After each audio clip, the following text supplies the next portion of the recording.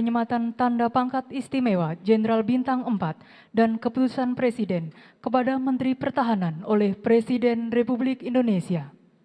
Dimohon untuk Menteri Pertahanan menuju ke tempat yang telah ditentukan.